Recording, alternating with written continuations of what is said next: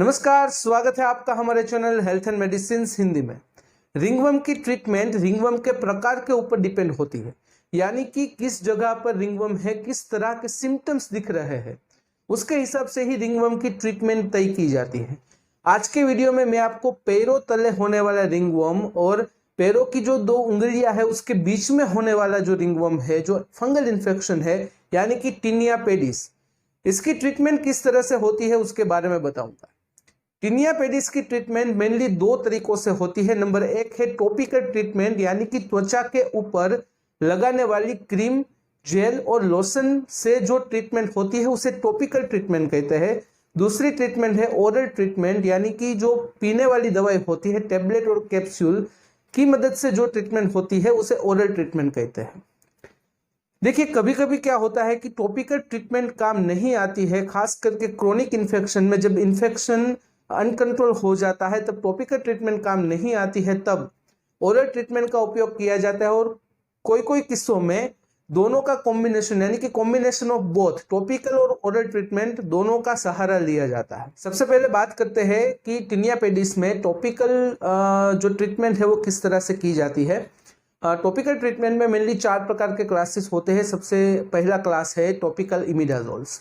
Topical इमिडाजोल्स में कुछ topical जो एंटीफंगल एजेंट्स है उसका समावेश होता है। यह जो क्लास है वो सभी प्रकार के जो फॉर्म है टिनिया पेडिस के, उसकी सारवार में उपयोग में लिया जाता है। और खास करके जो इंटरडिजिटल टिनिया पेडिस है उसमें भी यह खास करके टॉपिकल इमिडाजोल्स का उपयोग किया जाता है। टॉपिकल इमिडाजोल्स में कुछ इस प्रकार की दवाइयों का समावेश होता है। नंबर एक है क्लोट्रीमाजोल 1%। क्लोट्रीमाजोल 1% एक ब्रॉड स्पेक्ट्रम एंटीफंगल एजेंट है जो खास करके जो फंगल सेल्स होते हैं उसकी जो सेल मेम्ब्रेन होती है उसकी परमिएबिलिटी को इनहिबिट करता है, जिसकी वजह से फंगल सेल्स में कुछ सिंथेसिस नहीं होते हैं और जो ट्रांसपोर्टेशन है एसेंशियल एलिमेंट्स का वो नहीं होता है, जिसकी वजह से जो फंगल सेल्स होते हैं उसकी डेथ हो जाती है और वहीं पर ही फंगल ग्रोथ रुक जाता है और इन्फेक्शन दूर हो जाता है। नंबर 2 है इकोनाजोल। इकोनाजोल भी ब्रॉड स्पेक्ट्रम एंटीफंगल एजेंट है जो खास करके क्यूटेनियस इन्फेक्शन होता है टिनिया पेडिस में, वहां पर असरकारक होता है। इसमें क्या होता है कि जो फंगल सेल्स होते हैं उसके अंदर जो आरएनए और प्रोटीन सिंथेसिस है वो इकोनाजोल की मदद से रुक जाता है, जिसकी वजह से फंगल सेल्स की डेथ हो जाती है और वहीं पर ही फंगल इन्फेक्शन रुक जाता है। नंबर 3 है कीटोकोनाजोल। कीटोकोनाजोल भी एक broad spectrum anti fungal agent है।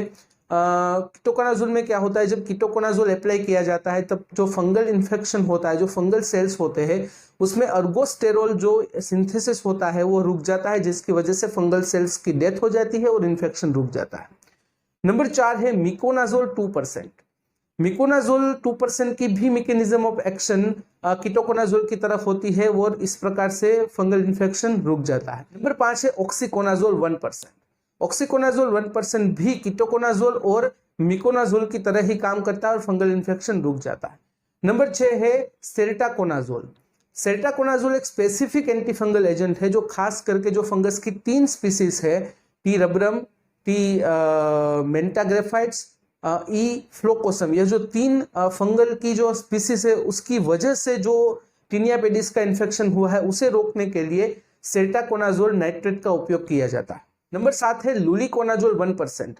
लुलिकोनाजोल एंटी फंगल जो एजेंट है वो खास करके 14 अल्फा डी मिथाइलेज, जो एक एंजाइम होता है जो खास करके फंगस सेल्स के अंदर होता है, जिसका काम क्या होता है कि फंगल सेल में अर्गोस्टेरोल सिंथेसिस करने के लिए।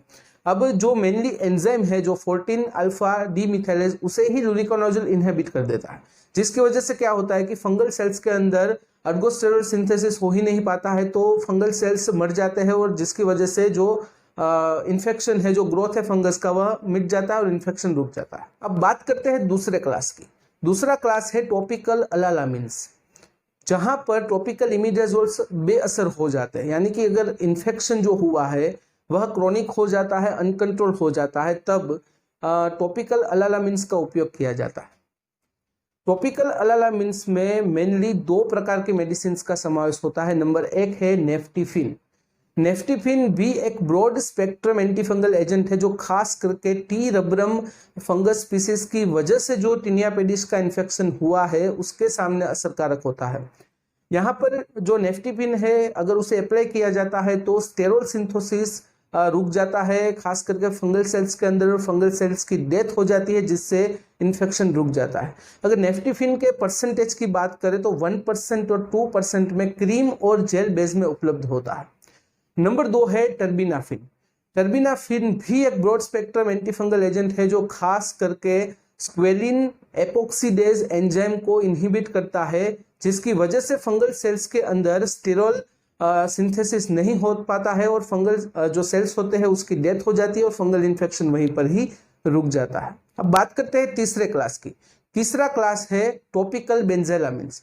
टॉपिकल बेंजेलामिन्स खास करके जो टॉपिकल अलालामिन्स है उसके सबसेट के रूप में काम करता है, और जब इन्फेक्शन बहुत ही ज़्यादा क्रोनिक हो जाता है तब जो टॉपिकल बेंजेलामिन्स है उसका उपयोग किया जाता है। और इस क्लास में सिर्फ एक ही मेडिसिन का समावेश होता है जिसका नाम है ब्यूटेनाफिन।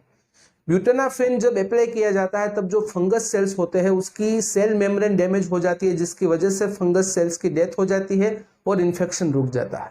अब बात करते हैं चौथे क्लास की। चौथा क्लास है टॉपिकल पाइरिडोन्स।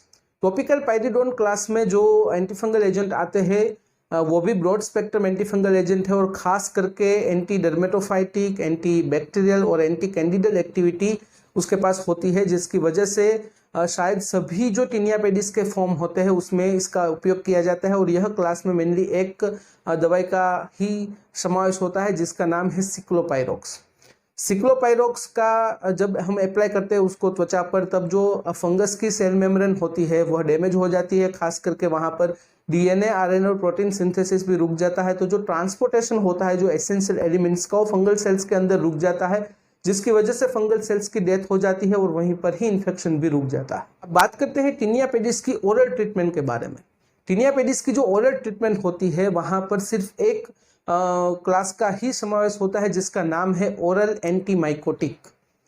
ओरल एंटीमाइकोटिक का उपयोग कब किया जाता है? जब इन्फेक्शन बहुत ही ज्यादा हो जाता है, जब अनकंट्रोल इन्फेक्शन हो जाता है, जब वहां पर टॉपिकल जो ट्रीटमेंट है वो काम नहीं आती है, तब खास करके ओरल एंटीमाइकोटिक्स का उपयोग किया जाता है। वहां पर खास करके जब एक्सटेंसिव क्रोनिक इन्फेक्शन होता है, जब इन्फ्लामेटरी टीनिया पेडिस होता है और जो व्यक्ति को इन्फेक्शन हुआ है उसे डायबिटीज है या फिर पेरिफेरल वस्कुलर डिजीज है या उसकी इम्यूनिटी कम है, वह जो पेशेंट है वो इम्यूनो कॉम्प्रोमाइज्ड है, तब खास करके ओरल माइकोटिक्स का उपयोग किया जाता है। ओरल एंटीमाइकोटिक के अंदर मेनली 3 मेडिसिन का समावेश होता है। नंबर 1 है इट्राकोनाजोल।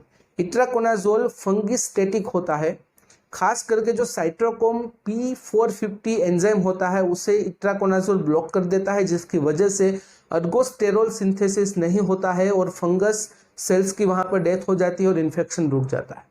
दूसरी दवाई है फ्लूकोनाजोल। फ्लूकोनाजोल में भी जब उसे अप्लाई किया जाता है, जब उसे ओरल लिया जाता है, तब क्या होता है कि जो अर्गोस्टेरोल सिंथेसिस है वह रुक जाता है, जिसकी वजह से फंगल सेल्स की डेथ हो जाती है और वहीं पर ही इन्फेक्शन भी रुक जाता है। नंबर 3 है टर्बिनाफिन।